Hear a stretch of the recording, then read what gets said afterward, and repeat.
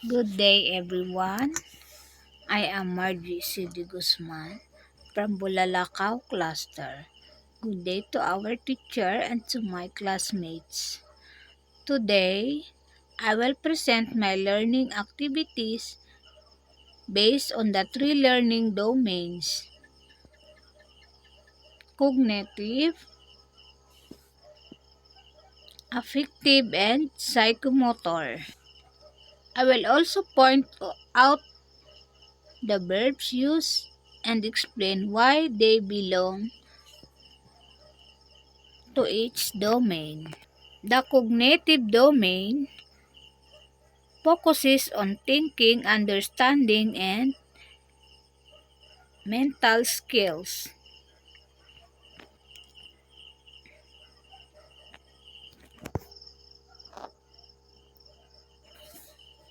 Number 1. Remembering.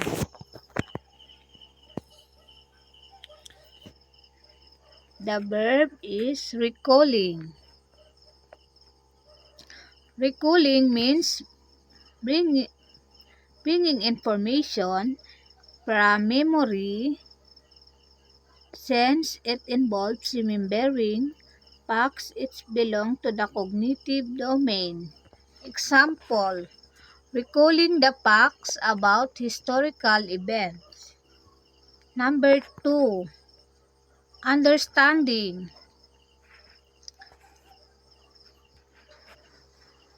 Verbs is grasping and explaining.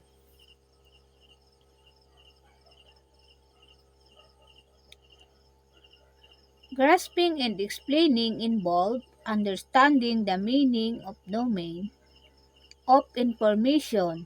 This action required comprehension and thinking. Example: explaining a concept in your own words. Number 3 is applying. Verb is using and solving. Using knowledge and solving problems means applying what was learned to new situations. This process requires logical thinking. Example: solving math problems using learned formulas. Number 4. Analyzing. Breaking information into parts and understanding relationship. Number 4 is analyzing. Breaking information into parts and understanding relationship. Verb is breaking and identifying.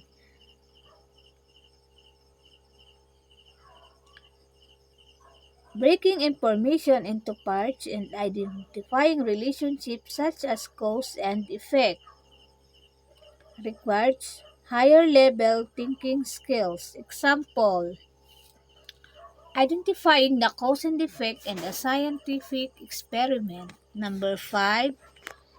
Evaluating.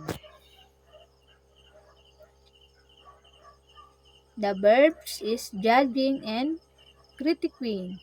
Judging and critiquing involve making decisions and forming opinions based on criteria, which are critical thinking skills. Example: critiquing an essay based on specific criteria.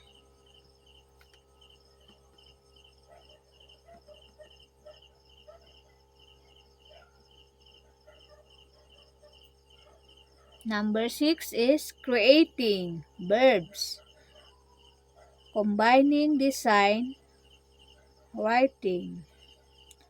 Creating involves combining ideas to form something new. This requires originality and higher order thinking. Example: designing a project plan, or writing a story.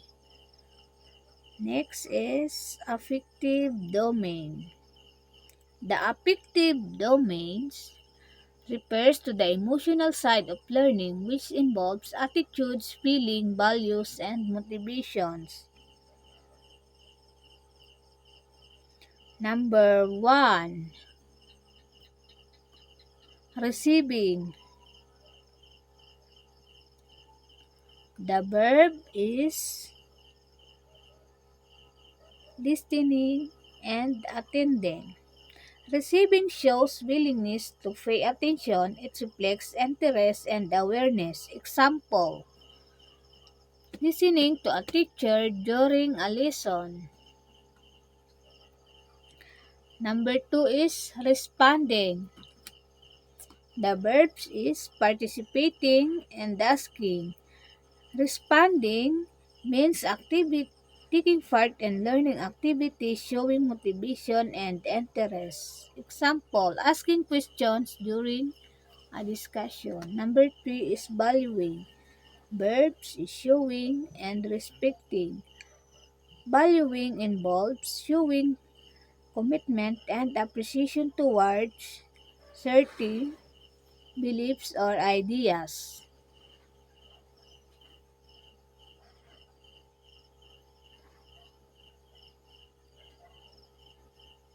Example: res- respecting different perspectives during a debate.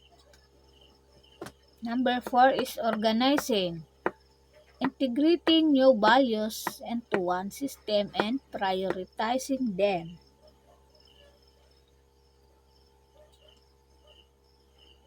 The verbs is integrating, adapting, and prioritizing. Example: adapting a time management strategy after learning its benefits. Number 5 is characterizing. The verb is demonstrating and acting. Ex- Characterizing means consistently acting based on values, showing they are parts of one's character. Example: demonstrating honesty in all interaction, reflecting a value for integrity. Next is psychomotor domain. The psychomotor domain focuses on physical movement, coordination, and motor skills. Number 1. Perception. The verbs is using and recognizing. Perception involves using sensory cues to guide movement. Example: recognizing rhythm and music to move accordingly in dance. Number 2 is sit. Verbs: getting, preferring. Sit refers to a readiness to perform an action or task. Example: getting into a position to serve in tennis. Number 3, guided response. Verbs is following and practicing. Guided response involves performing skills with guidance or instruction. Example: following coach instruction to practice a basketball shoot. Number 4, mechanism.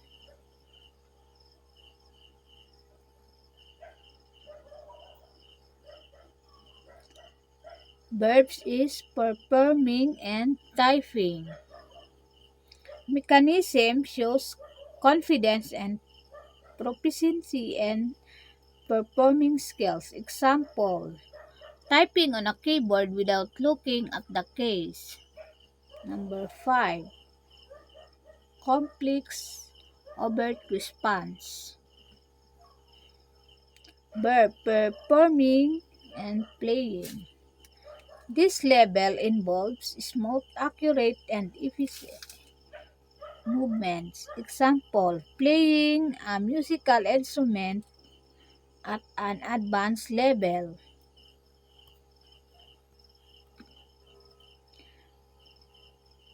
That concludes my presentation about the cognitive, affective, and psychomotor learning. Thank you.